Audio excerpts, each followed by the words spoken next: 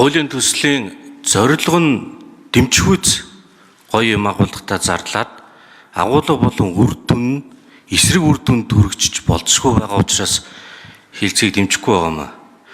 Улсын хурлын гишүүдийг хариуцлагажуулах за айгуулан давтах нөхцөл хэрэгтэй юу? Гэхээр хэрэгтэй. Одоо хүн болгонд хэрэгтэй гэж л. Тэгэд үндсэн хууль дээр ч тэр нөхцөл нь байдаг. Нөгөөхөө хэрэгэлсэн тохиолдол байхгүй. Яагаад хэрэглэхгүй байгаа юм? Үндсэн хууль зөрчсөн шүүхээр гэмт хэрэгүүлсэн тогтоогдсон бол игүүлэн татах үүрэгтэй. Тэргээд хэрэгжүүлээ л да. Хэрэгжүүлэх гэхээр процесс нь байхгүй байгаа юм шиг байна. Тэгэхээр одоо тэр тохиолдолд 10 хоногийн дотор гэдэг юм уу ингээд юунууд байдаг ш. Тэд хоногийн дотор хилцэн, дуусна, шийдвэр гаргана, нээлттэй хаалттай хилэлцэн, ингэн тэгнэгээд процессыг бичиж оруулж ирээд тэгээ хариуцлагажуулж болдгоо мүү?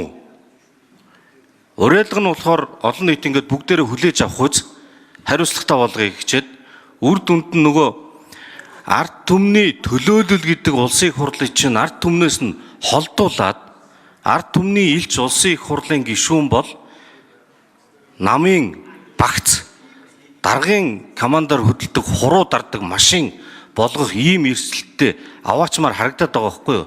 Тэр энэ рүү бол олон нийт анхаарлаа хандуулмаар байгаа юм.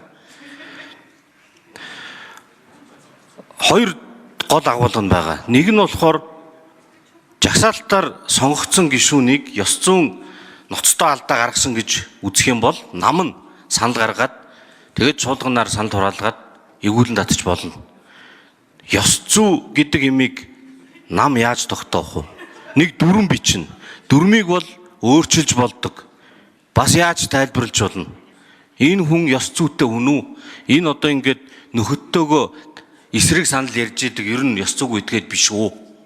За ингээ оруулж ирэх таалсан таалагдахгүйгээр оруулж ирэх нэг асуудал үүсч болох нь.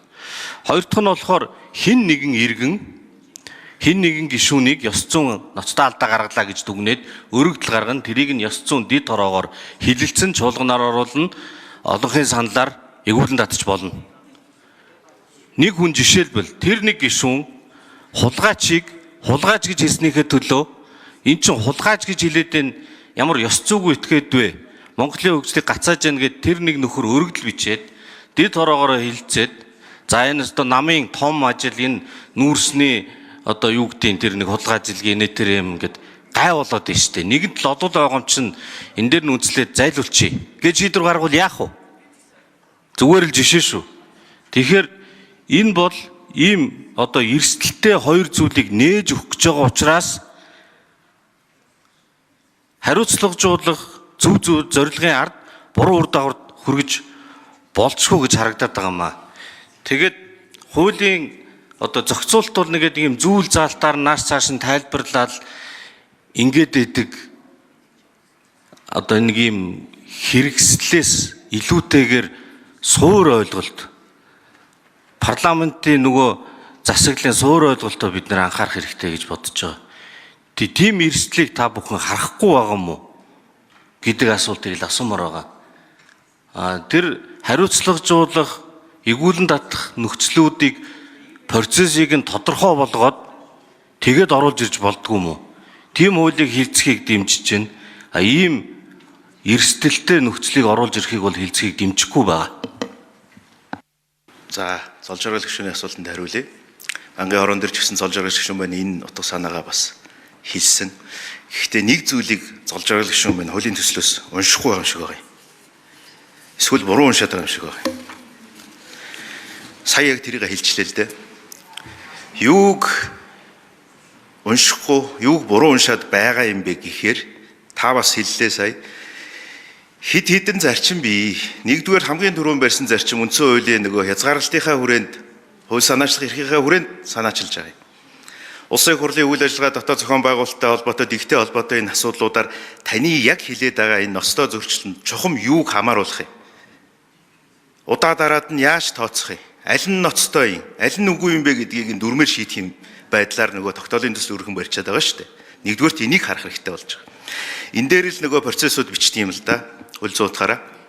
Хоёрдугаарт хэрв улсын их хурлын гишүүн дараах ийм дөрвөн нөхцөл байдлаар үндсэн хуулийн одоо цэцрүү улсын их хурл хүсэлт гаргах хэмжээний асуудлаас өмнө хоёр том процесс байгаа шүү дээ. Нэгдүгээрт юу вэ гэхээр хэрвээ иргэн одоо улсын их хурлын дид хороонд хандвал, ёс зүйн дид хороонд хандвал дид хороо урьдчилан хянан үзнэ гэж байгаа. Одоогийн зохицуулалтаар бол бүх эрсээ өргөл гомдлыг хилцгээр байгаа.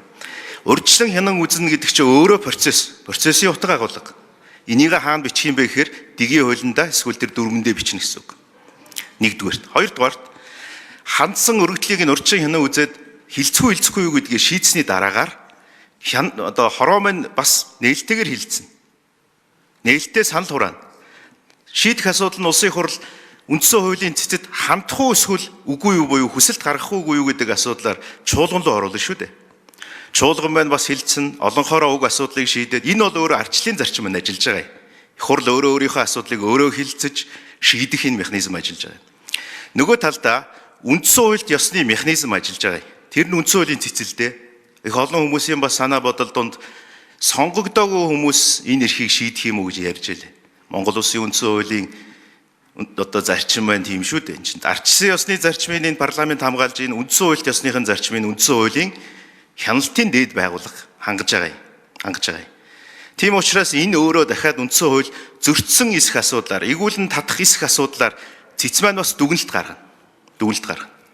Энэ дүгнэлтийг нь хилцэж болохгүй гэдэг шийдвэр 1995 оны Монгол Улсын үндсэн хуулийн цэцийн тогтоол дээр ч гэсэн бас тодорхой тусгагдсан юм байлээ. Тухайн үед их хурлын хуулийн тодорхой зүйл заалтуудаар хилцэх агуулга байхад ламжуугай өргөдлийн дагуу хилцээд одоогоос 31 жилийн өмнө шийдэжсэн юм билээ. Үндсэн хууль нь өөрөө бас тийм 66-гийн 3 гэдэг заалт дөрөв бас маш одоо